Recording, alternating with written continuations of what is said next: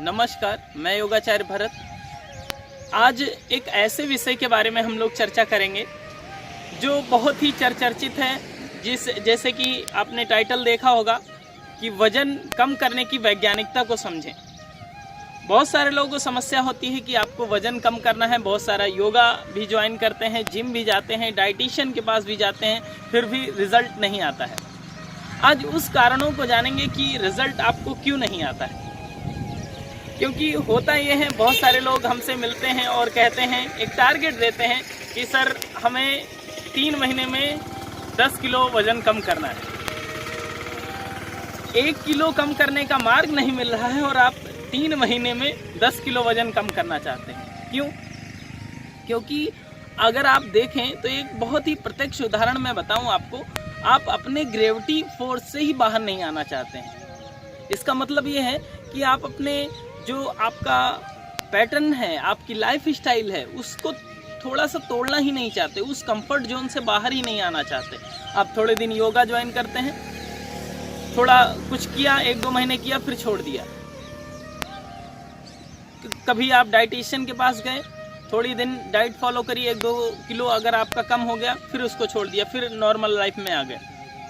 फिर अगर किसी के जिम पे गए, आपने एक्सरसाइज करी, वर्कआउट किया, थोड़े दिन किया, फिर उसको ड्रॉप किया।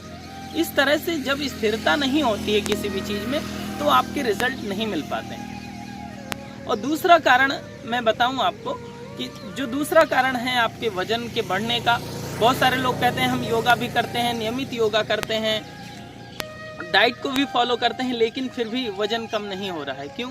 क्योंकि उनके माइंड पर एक स्ट्रेस लेवल और तनाव की स्थिति बहुत ही ज़्यादा होती है। चाहे वो घर का स्ट्रेस हो या फिर बच्चों का हो या फिर और भी बहुत सारी जिम्मेदारियां होती हैं, उसका स्ट्रेस अनायास रूप से लिए होते हैं। तो उसको जब तक आप कम नहीं करते, तब तक आपको रिजल्ट नहीं दिखेंगे वेट लॉस के क्रम में।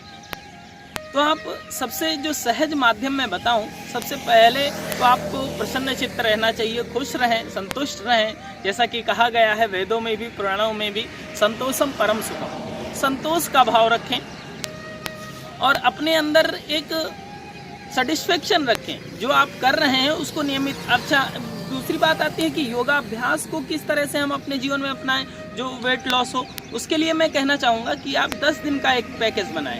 आप ये निर्धारित ना करें कि हम 1 महीने में इतना किलो वजन कम करेंगे। आप 10 दिन का पैकेज बनाइए। 10 दिन आप नियमित रूप से योगाभ्यास कीजिए, डाइट को फॉलो कीजिए।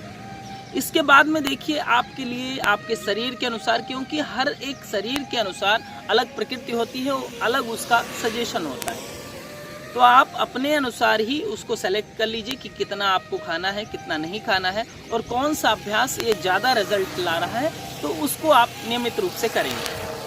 तब उसका आपकी शरीर जो स्वयं से बताएगा वो आपके लिए ज़्यादा लाभप्रद होगा। ऐसा नहीं है कि आपको डाइट पर रहना है। हालांकि जो हेल्दी लोग हैं, जो जिनमें वसा की मात्रा ज़्यादा है, तो उनको सुपाच्य भोजन और थोड़ा भोजन ही लेना चाहिए। लेकिन इसका मतलब ये नहीं कि आप खाना ही छोड़ दें। आपके जो मिनरल्स है, आपके जो पोषक तत्व हैं, उनकी कमी आ जाए तो भी वो रोग का कारण होगा। बहुत सारे जो पोषक तत्व हैं उनकी कमी आ जाए तो भी एक रोग का कारण होगा। तो खाने पीने में आप ध्यान रखना है, संतुलन रखें। आपको ऐसा नहीं कि आपको पूरी तरीके से खाना ही छोड़ देना है। आप संतुलित आहार लें और इस तरह से अपने को स्ट्रेस फ्री करें। सबसे पहला माध्यम होगा स्ट्रेस फ्री करें। बहुत सारे लोग हमसे मिलते हैं कि हम सर नियमित रूप से योगाभ्यास करते हैं, आपकी क्लास में भी आते हैं, फिर भी वेट लॉस नहीं होता है।